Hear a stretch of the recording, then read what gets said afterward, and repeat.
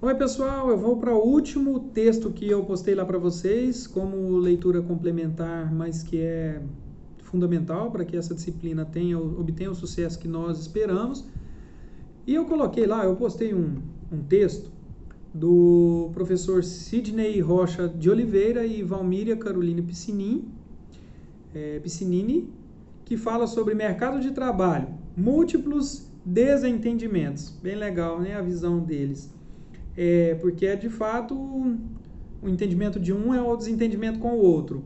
E lá no tópico 2, que fala sobre as vertentes econômicas para a compreensão do mercado de trabalho, ele traz alguns tópicos muito importantes, e nós vamos citá-los aqui. O 2.1, as interpretações clássicas. Adam Smith, economista clássico, faz as primeiras referências ao mercado de trabalho no final do século XVIII. Nesta perspectiva, o funcionamento do mercado de trabalho é idêntico aos demais mercados, podendo ser verificados comportamentos econômicos de firmas e indivíduos que buscam maximizar seu bem-estar e onde as funções da oferta e demanda de emprego dependem do nível de salário. Caso exista algum desajuste entre oferta e demanda, se todos os trabalhadores não encontrarem um trabalho, é porque o nível dos salários está muito alto. Olha que louco. A empresa tende a contratar trabalhadores enquanto o seu custo marginal é inferior à produtividade marginal do trabalho. A baixa do custo do trabalho se traduz, então, por um crescimento da oferta de emprego. A intervenção de sindicatos, convenções coletivas influenciam o nível dos salários reais que se afastam dos parâmetros de equilíbrio, gerando dessa forma desemprego. Ele citou Bremond e Gelledon, de 1984. Olha que loucura isso. Se pegarmos a visão de Adam Smith aqui, ele coloca o mercado de trabalho bem parecido com o mercado de uma forma geral. Ou seja, demanda e procura, oferta e procura. Se há muitas pessoas com a mesma capacidade de trabalho, se há muitas pessoas com a mesma formação acadêmica, com a mesma formação técnica, se elas estão equiparadas e um grande número de pessoas oferecendo seus empregos, o que vai acontecer com o salário? Baixo. Então, o nível do salário ele é medido, segundo Adam Smith, pela demanda e a procura, pela oferta e a procura. Basicamente isso. Então, se há grande procura por um profissional específico, por exemplo, um técnico específico de uma determinada área, o salário vai subir, porque tem pouca oferta. Mas, do contrário, o inverso também é verdadeiro. Se há grande número de funcionários ou grande número de pessoas com a mesma capacidade de produção, o salário baixa.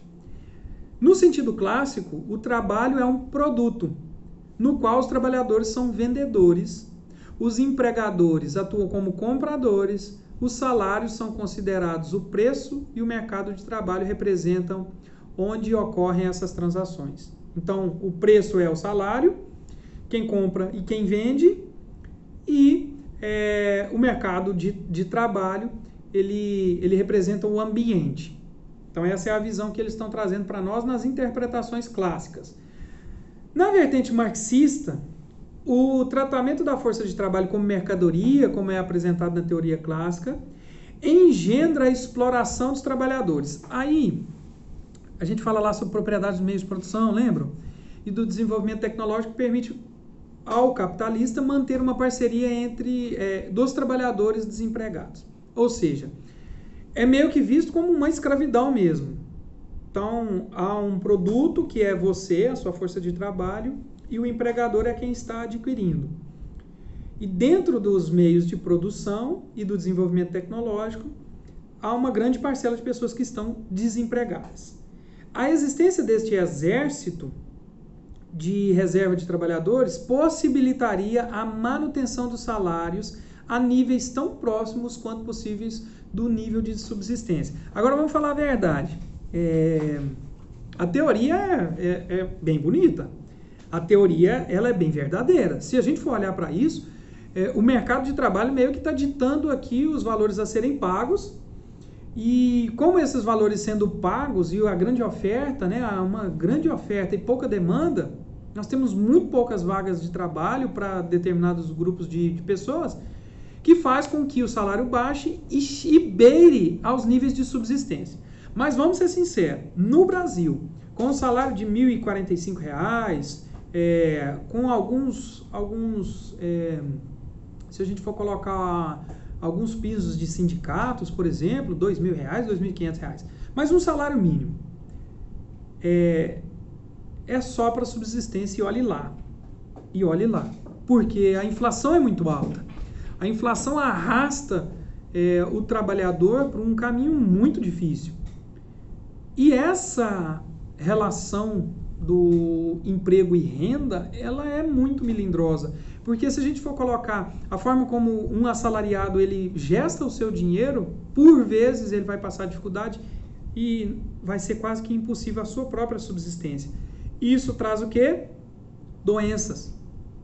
Doenças psicológicas, doenças psicossomáticas, doenças físicas, por se alimentar mal, por não ter transporte público, e aí ele ter que percorrer longa distância. Se já se alimentou mal, percorre longa distância, faz utilização ou da sua parte física ou da sua parte mental, e ainda tem que ser produtivo, e ainda tem que lidar com chefes, com líderes que não têm a menor empatia. Isso traz ansiedade, isso traz transtornos, isso traz com certeza doenças, não só doenças físicas, mas também doenças da alma, e sabemos bem. 2.2, a teoria da segmentação. Para os defensores da teoria da segmentação, o mercado não é o único espaço competitivo em que todos os postos de trabalho estariam igualmente disponíveis a todos os trabalhadores, mas sim um conjunto de segmentos que não competem entre si, porém remuneram de formas diferentes o capital humano, porque existem barreiras que não permitem que todos se beneficiem igualmente do nível de educação e treinamento. O que ele está dizendo aqui? Que pessoas com o mesmo nível, ou com níveis diferentes, né? Existem nichos de mercado. E a teoria da segmentação busca muito isso. Está segmentado. Então, no meu caso, eu sou publicitário. Então, eu tenho dentro do mercado publicitário a minha segmentação. Hoje eu trabalho como tabelião substituto. Então, eu tenho uma gama de possibilidades de trabalho segmentado em cartórios. Isso que essa teoria da segmentação está dizendo. Não há uma competição entre eu, por exemplo, e um servente pedreiro. Por quê? Primeiro que eu sou ruim na pá. Se eu for contratado de servente pedreiro, irmãos, se algum dia me faltar o trabalho lá no cartório ou aqui na FAPAM e eu precisar trabalhar de servente, eu vou passar um aperto, porque eu sou ruim nisso. Ou seja, nós não estamos falando de qualidade de serviço, nós estamos falando de segmentação. E é o que a teoria está apontando para nós. E impacta também no salário. Pode ser que pessoas com a mesma formação acadêmica, com as mesmas capacidades, mas com produções diferentes, ganham mais ou ganham menos. E daí tá, inclusive, muitas incertezas, muitas insatisfações do ser humano, né? E nós já estudamos isso também, como as pessoas elas ficam tristes não só pela desvalorização monetária, de pecúnia, mas também elas ficam tristes pela desvalorização humana mesmo, né? A falta de visão da abordagem humana. Então é muito importante. Faça a leitura disso aqui, desse ponto 2, porque ele é muito interessante. O texto inteiro ele vem trazendo muitas visões bacanas. Lá no penúltimo parágrafo deste ponto 2, ele fala assim: no Brasil, onde não houve uma consolidação do modelo fordista e o mercado de trabalho permaneceu um mercado pela heterogeneidade, heterogeneidade de vínculos laborais, ou seja, a busca pela flexibilização, bem como a contínua desregulamentação das leis trabalhistas. O Brasil, queridos, nós tivemos regulamentações a partir de 1988. Nós temos, de 1988, um monte de lei que ainda vigora, que não tem mais nada a ver conosco. São inaplicáveis, são inatingíveis. E eu vou dizer, nós vamos finalizar esse curso no próximo vídeo, essa disciplina, aliás. Eu vou dizer para vocês a mudança no aspecto da tecnologia. Como surgiram um monte de profissões que há 5 anos atrás não existiam. Nós vamos falar nisso num próximo vídeo. Por isso, eu digo a vocês que quando a gente estuda esses movimentos, a gente percebe que nós, Brasil, ainda estamos muito longe da modernidade, da modernização das nossas leis trabalhistas e da nossa relação de trabalho. E nós vamos falar no próximo vídeo também sobre o home office. Como no Brasil agora está se popularizando, mas na Europa já há muito tempo.